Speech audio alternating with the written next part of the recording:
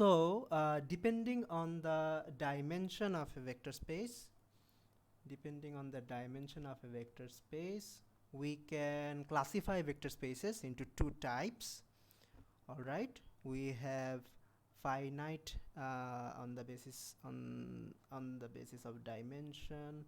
We can classify vector spaces into finite dimensional vector spaces,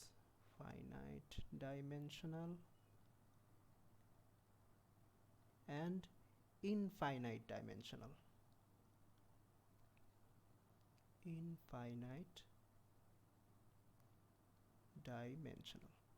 What is finite dimensional? If the dimension of a vector space is finite, then we will call it finite dimensional. All the examples that we have been seeing up to now are all finite dimensional vector spaces. The real geometric vector space of that we use in physics is a finite dimensional vector space. The space of polynomials of degree less or equal to, or degree less or equal some degree n is a finite dimensional vector space, and the set of all n by 1 matrices is a finite dimensional vector space. All the examples that we have seen until now are all finite dimensional vector spaces. We might in fact, the structure of vector spaces is so general that we might have vector spaces of infinite dimensions. Example, the set of all functions, the set of all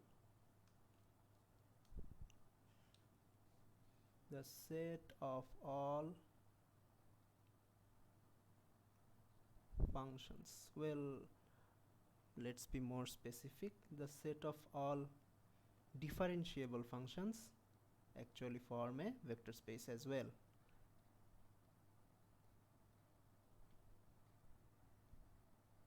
Okay, and you might have learned in your courses on mathematics and Fourier transforms that any such function can be expressed in terms of sinusoidal functions and cosinusoidal functions, in terms of sine some omega ix and cos omega ix, where each of these numbers omega I can range from, well, it can be any number from 0 to infinity.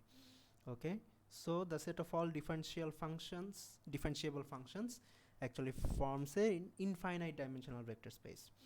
Similarly, another example would be the set of all polynomials. The set of all polynomials. All right, that means the set of polynomials of degree which can be any integer, any non-negative integer.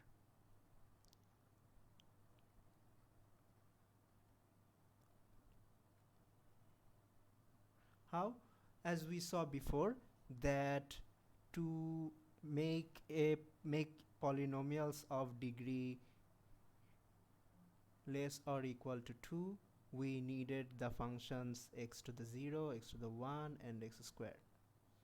All right, and well, to make polynomials of degree less or equal 3, you can guess that we are going to need x to the 0, x to the 1, x squared, and x cube. All right, but if I make the degree unrestricted, that the degree can be anything. Okay, the degree can be anything. So what would be the basis of this set? Well, you can guess that the basis of to make this set, we are going to need as a basis, we're going to need all the powers of x to the 0, x to the 1, x squared, x cube, and all the powers of x. All right, so this set has an infinite number of elements. infinite number of elements. So the set of all polynomials has is infinite dimensional. Infinite dimensional. Okay, well, that's simple enough. If the number of elements in the basis set is finite, then we call the vector space finite dimensional. If the number of elements in the basis set is infinite, we call the set infinite dimensional. Okay,